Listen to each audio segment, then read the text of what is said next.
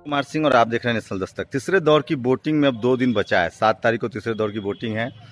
आम आदमी जो गरीब है, लाचार है, जिसकी आमदनी बहुत कम है, वो कैसे सोचता है इस चुनाव के बारे में, वो बात करेंगे। मेरे साथ केवल चौधरी जी हैं, जनरल कैटेगरी से, ब्राह्मण समाज से हैं, गार्ड की नौकरी करते हैं। इनके जीवन में क्या असर है, क्या बदला है, वो समझने की कोशिश करेंगे। चौधरी साहब, क्या लग रहा है इस बार बिहार में क्या होगा? ईमानदारी से बताइए। बिहार में तो कुछ कहा नहीं जा रहा है, किसका सरकार बनेगा कुछ कह नहीं सकते हैं हम। इसलिए बेरोजगारी इतना बढ़ गया है जो सीमा हद हो गया है। प्याज का, आलू का दाम हो गया 50 रुपए किलो। गरीब क्या खा के रहेगा? जबकि पहले से जो है सो लॉकडाउन किए हुए हैं, रोजगार आदमी का बंद है। कैसे जिएगा गरीब? तो रोजगार है, प्याज महंगाई है, लेकिन मोदी जी तो कह रहे हैं कि मंदिर बन गया है, आप खुश रहिए, वोट दीजिए। अभी मंदिर बन गया है तो बढ़िया है जो मंदिर बन गया है, लेकिन गरीब जब बचेगा तब ना मंदिर भगवान को पूजा करेंगे। क्या गरीब को मर नहीं रहा है। साल भर से काम धंधा बंद है, हम लोग को कैसे जिएंगे हम लोग? नीतीश कुमार से क्या नाराजगी है लोगों में? क्या नीतीश से आप लोग खुश हैं या नाराज है? 15 साल सीएम रहे। नीतीश तो नेता तो ठीक है, इसे तो हमको कोई नाराजगी नहीं है नीतीश जी से, न मोदी जी से। यही है जो रोजगार होना चाहिए। तो जब रोजगार ही नहीं है तो फिर तो लोग कह रहे हैं कि हम सरकार बदलेंगे। सरकार बदलने से रोजगार नहीं ना बदल जाएगा सर। हम क्यों, कौन नेता पर विश्वास करेंगे जो रोजगार बढ़ाएंगे? इस बार है वो जदयू में, अगले साल जाएंगे राजद में, उसके बाद जाएंगे वो बीजेपी में। हम किस पर विश्वास करेंगे? कौन हमारे लिए रोजगार बढ़ाएंगे जो हम उस पर विश्वास करेंगे? न हमको आदमी पर विश्वास है, न पार्टी पर विश्वास है।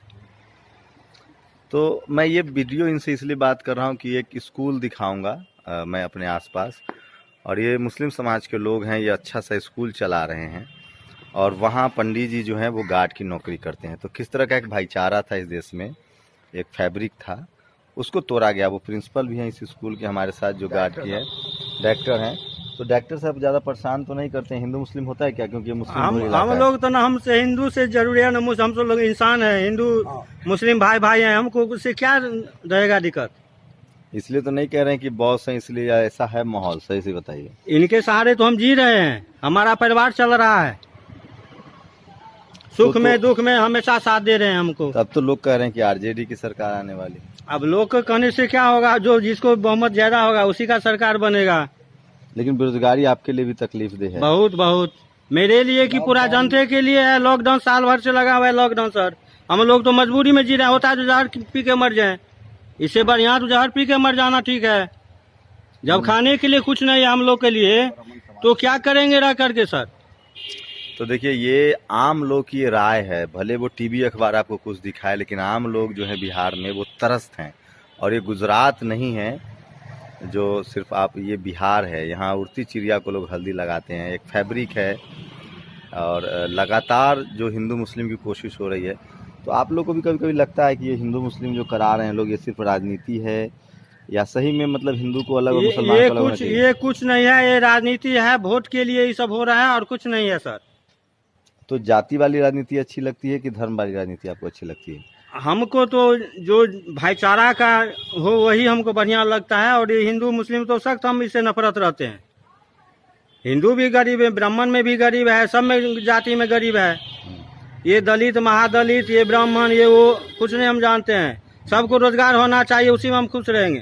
तो देखिए, ये ताकत होती है जनरल कैटेगरी के लोगों में। वो गार्ड की भी नौकरी करे, उसको पता है कि कब पॉलिटिकल कैसे बोलना है। ये जिस दिन SC ST OBC माइनॉरिटी के लोगों में आ जाएगा, वो भी होशियार हो जाएंगे। तो इसलिए मैं कहता हूँ, ये जाति की वजह से ये सब ताकत आती है। ब्राह्मण समाज से हैं, इनको पता है कब कहाँ कैसे बोलना है, किसको क्या कहना है। ये सामाजिक समझ, ये जो वोकल होना है, ये जब तक SC ST OBC में नहीं आएगा तब तक चीज़ें नहीं बदलेंगी। प्रिंसिपल साहब, क्या लग रहा है? डायरेक्टर साहब, क्या स्थिति है मुसलमानों की तालीम की, अगर मिथिलांचल और खासकर पूर्वांचल की, सीमांचल की बात करें तो? देखिए, एजुकेशन का जो एक लेवल है हमारे स्टेट में, और ओवरऑल अगर मुस्लिम पॉपुलेशन को अगर हम कंसीडर करते हैं तो पूरी दुनिया में अगर देखा जाए तो मुस्लिम समाज जिस तरह से पीछे हो रहे हैं उसकी वाहिद एक वजह है एजुकेशन में कमी। अगर हम यूनिवर्सिटी वाइज अगर हम देखें तो हमारे कम्युनिटी से 1 से 1.5% लोग भी यूनिवर्सिटी तक नहीं जा पाते हैं।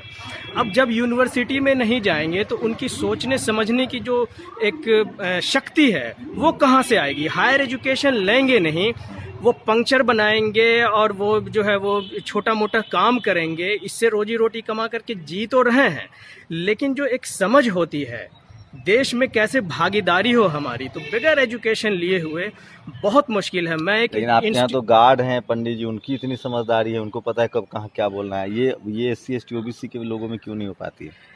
देखिए, एक जो बेसिक जो नीचे से जो सपोर्ट है वहाँ पे कहीं ना कहीं हम लोग लैक करते हैं। और हम लोग कहीं ना कहीं जैसे ही एक एजुकेशन फील्ड को ले लेते हैं या कुछ इकोनॉमिकली ऊपर चले जाते हैं तो हमको लगता है कि हम पीछे वाले को छोड़ देते हैं, जो एक बहुत बड़ी सच्चाई है। और हम लोग अपने आप को छुपाना शुरू कर देते हैं कि हम SC ST OBC अपने आप को बोलेंगे तो शायद हम बड़े लोगों के साथ जो है वो तालमेल नहीं बिठा पाएंगे। ये सबसे बड़ी जो है वो दुर्लभ चीज़ है। तो यहाँ पे अच्छा, जो दूसरे लोग होते हैं फॉरवर्ड क्लास की अगर बात करें तो वो कुछ भी करते हों, पंक्चर लगाते हों, चाहे कुछ भी करते हों, लेकिन आपने कहा कि वो बोल्ड रहते हैं कि मैं बिल्कुल जो है वो सर्वश्रेष्ठ हूँ।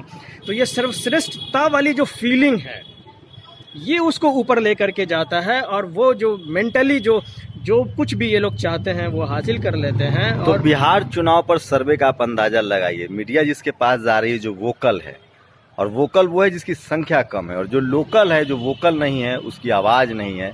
और इसलिए मैं कहता हूँ इस देश में सबसे बड़ी संपत्ति जो होती है वो सोशल संपत्ति होती है और वो जाति के आधार पे आती है। फिलहाल SC ST OBC माइनॉरिटी के पास वो सामाजिक संपत्ति नहीं है और इसीलिए वो हर जगह, चाहे वो एजुकेशन हो, ब्यूरोक्रेसी हो, मीडिया हो, जुडिशियरी हो, पिछड़ा हुआ है। एक और चीज़ सर मैं इसमें ऐड करना चाहूँगा कि हमारा जो भी एक सिस्टम है जिससे हमारा देश चलता है, अगर पंचायत को ले लें आप, डिस्ट्रिक्ट को ले लें, सब डिवीज़न को ले लें, स्टेट को ले लें, तो यहाँ पे जो एक जो व्यवस्था की गई है उस व्यवस्था में जिसको आप कहते हैं कि फॉरवर्ड क्लास, उन लोगों को इस तरह से सेट किया गया है कि मोहल्ले मोहल्ले टोले टोले में जो हैं वही लोग जो हैं वो समझिए कि लीडरशिप वो करते हैं और हम लोग डरते हैं कि कहीं इनके खिलाफ अगर हम जो है वो जा करके वोट किसी को दे देंगे तो ये हमारा काम जो है वो नहीं करेंगे, हमको राशन पानी नहीं देंगे, हमारा जो कार्ड है उस पर राशन जो देते हैं वो नहीं करेंगे, हमारा जाति प्रमाण पत्र नहीं बनेगा, ये नहीं बनेगा, वो नहीं। तो हम लोग कहीं ना कहीं जो है वो एक दबाव में रहते हैं, भले चाहे हमारी पॉपुलेशन बहुत ज़्यादा हो लेकिन हम लोग कुर्सी पे नहीं है। इसी को मैं कहता हूँ सामाजिक संपत्ति, सोशल संपत्ति। और सोशल संपत्ति मतलब जातिवाद होता है। जो SC ST OBC माइनॉरिटी अभी उसके पास सोशल संपत्ति नहीं है। अर्नब के पास सोशल संपत्ति है, कन्हैया के पास सोशल संपत्ति है। अर्नब जुल्म के आरोप में जेल जाता है फिर भी नेता बन जाता है, कन्हैया पर जुल्म होता है फिर भी जेल जाता है, उस पर वो नेता बनता है क्योंकि उसका जुल्म हुआ है। अर्नब जुल्म किया है फिर भी नेता बन जाते हैं, लेकिन SC ST OBC माइनॉरिटी के पास ये अधिकार नहीं है।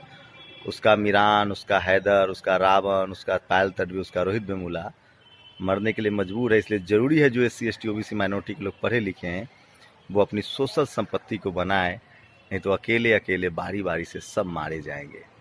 शुक्रिया हमसे बात करने के लिए। तो ये है बिहार के चुनाव की हकीकत और ये है देश की, इस देश में जो जातिवाद है उसकी हकीकत है। हम लोग उसी को ख़त्म करना चाहते हैं ताकि एक बेहतर मुल्क हम बना पाएँ। नाम भी बोल दिए खाली साहब। नेशनल दस्तक की आपसे गुजारिश है कि अगर इसको बचाना चाहते हैं तो नेशनल दस्तक को सब्सक्राइब करने के लिए रेड कलर के सब्सक्राइब बटन को दबाएं, फिर बेल आइकन की घंटी दबाएं। नेशनल दस्तक को बचाने के लिए बहुत जरूरी है कि हर खबर को शेयर करें, लाइक करें, कमेंट जरूर करें।